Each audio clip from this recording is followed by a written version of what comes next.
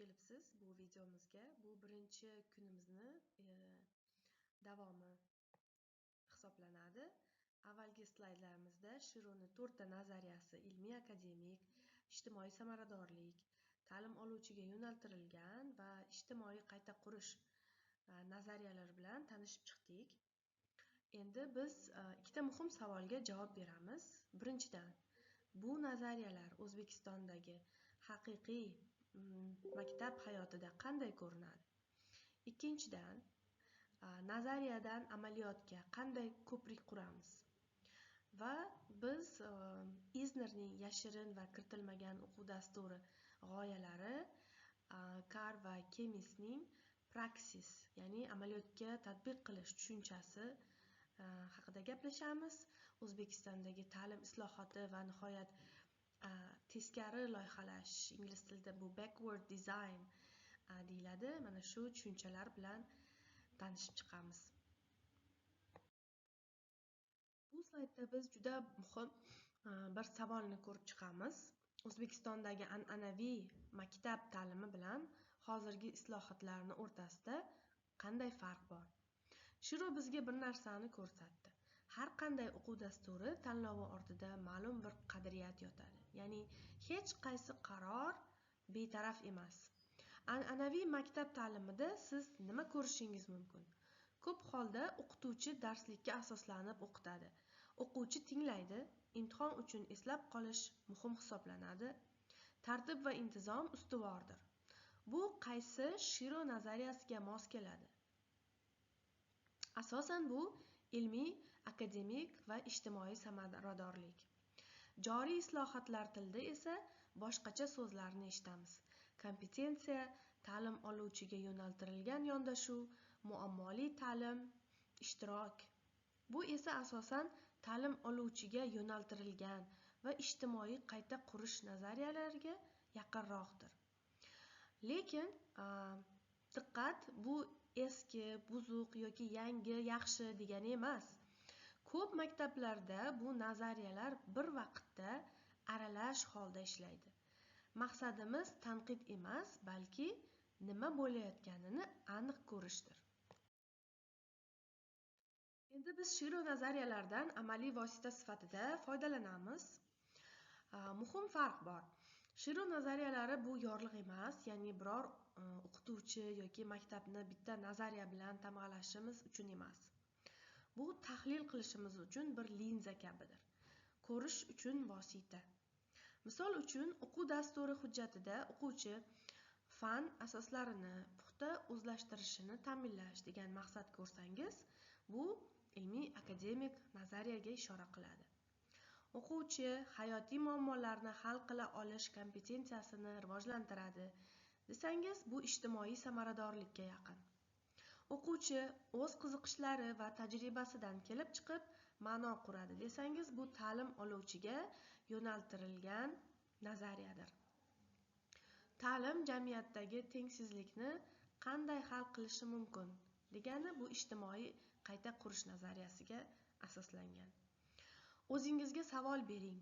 Siz hozir ishlayotgan maktab yoki o'sha o'quv yurtida, o'quv dasturi hujjatida qaysi nazariya ustunroq? Bu savolni bir lahza o'ylab ko'ring. Bu yerda sizlar bilan Eliot Izner, amerikalik ta'lim faylasufi va pedagogining juda muhim g'oyalari bilan tanishamiz. Izner bizga shuni o'rgatadiki, o'quv dasturi faqat yozilgan hujjat emas. Birinchi tushuncha bu yashirin o'quv dasturi. Bu o'quvchilar sinfda rasman o'qitilmagan, lekin kundalik tartib va muhit orqali o'rganib ketadigan narsalar. Masalan, kim gapirishi mumkin va kim gapirmasligi kerak. Odatda bu o'sha odob axloq qoidalari, baholashda nima rag'batlantiradi, ijodiy fikr yoki to'g'ri javobni eslab aytishmi, tartibsizlik qanday jazolanadi? Bu savollarning barchasi yashirin o'quv dasturining bir qismidir. Va ikkinchi tushuncha kiritilmagan o'quv dasturi. Bu o'sha o'qitilmaydigan narsalar. Masalan, tanqidiy fikrlash o'qitilmayaptimi ekologiya yoki fuqarolik mas'uliyati yoki san'at tarixi bular dasturdan tashqarida qoldirib ketilganmi? Kiritilmagan narsalar ham bir qaror hisoblanadi. Iznerning savoli O'zbekiston kontekstida juda dolzarb. Bizning sinfxonalarimiz sukutda nimani o'rgatyapti? O'quv dasturida nimalar yo'q bo'lib qolyapti? Bu savolni faollashtirishingiz, topshiriqlarda bu mavzuga qaytishingiz juda ham muhimdir. Carr va Kemisning 1986-yildagi kitobi Tanqidiy bo'lish Becoming Critical pedagogik amaliyot haqidagi eng muhim asarlardan biri hisoblanadi. Ular kiritgan tushuncha bu praksis, ya'ni amaliyotga tatbiq qilish. Bu so'z yunoncha bo'lib, mulohaza qilingan harakat degan ma'noni anglatadi. Ya'ni faqat harakat emas, balki o'ylangan, etik jihatdan asoslangan harakatdir. O'qituvchi haqida ko'pincha shunday fikr bor. O'qituvchi o'quv dasturini yetkazuvchi, ya'ni u hujjatda yozilganini amalga oshiradi xolos. Carr va Kemis bunga qo'shilmaydi. Ular aytadiki, o'qituvchi haqiqiy sinfxonada ishlaydi. Real o'quvchilar bilan, real insonlar, real cheklovlar bilan ishlaydi. Shu sababli u har kuni qarorlar qabul qilishi kerak. Ushbu tushunchani qanday tushuntiraman degan savollar bo'ladi. Bu o'quvchi hozir qanday ahvolda? Bu mashg'ulot rejasi ishlayaptimi? Degan savollarni ham tug'diradi. Bu qarorlar oddiy texnik qarorlar emas. Ular etik, kasbiy va pedagogik mulohazalarni talab qiladi.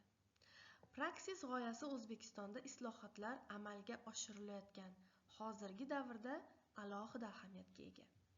O'qituvchidan yangi o'quv dasturini tatbiq etish kutilsa, u faqat ijrochi bo'lmasin, balki aktiv talqin qiluvchi bo'lsin.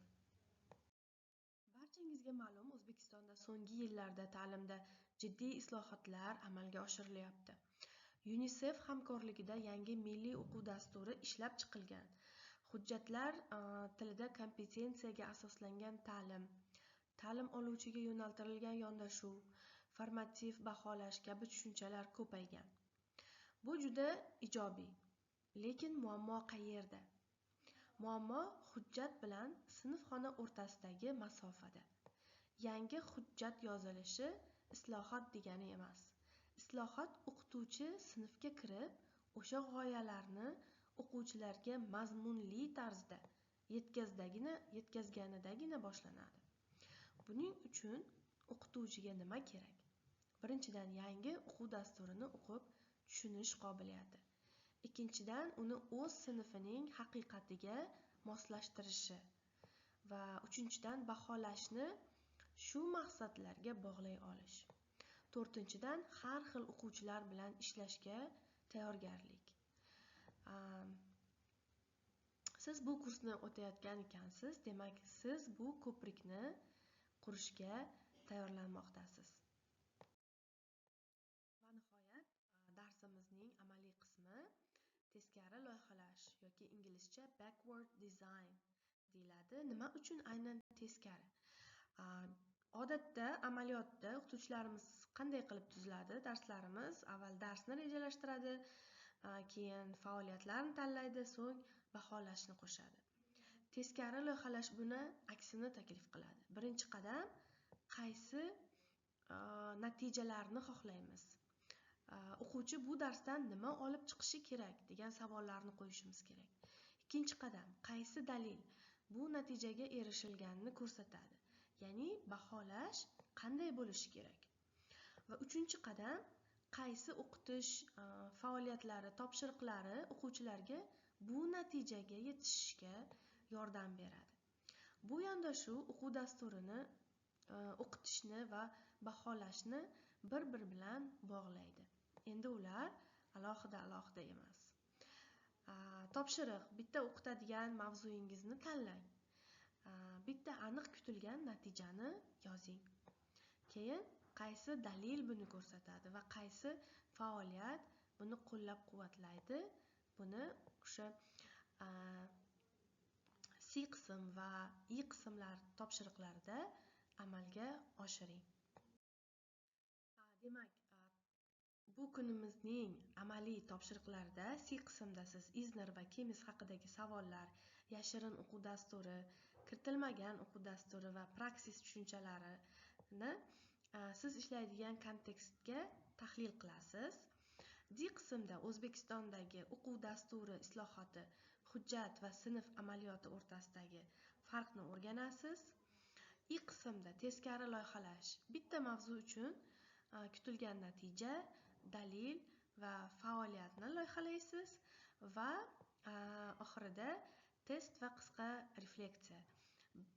Ya'ni 150 dan 200 gacha bo'lgan refleksiya matnini yozasiz. Bu refleksiyada nimani o'rgandingiz, qaysi g'oya siz uchun yangi bo'ldi, uni sinfingizda qanday qo'llash mumkin degan savollarga javob bering. Ko'prik artefakti bu yuzma-yuz o'sha sizlar bilan uchrashganimizdagi seminar uchun tayyorlashingiz kerak bo'lgan o'quv dasturi konsept xaritasi. Unda Shiro, Izner, Kemis g'oyalari va teskari loyihalash elementlarini albatta kirgizishingizni so'rab qolamiz. Hammangizga omad tilayman.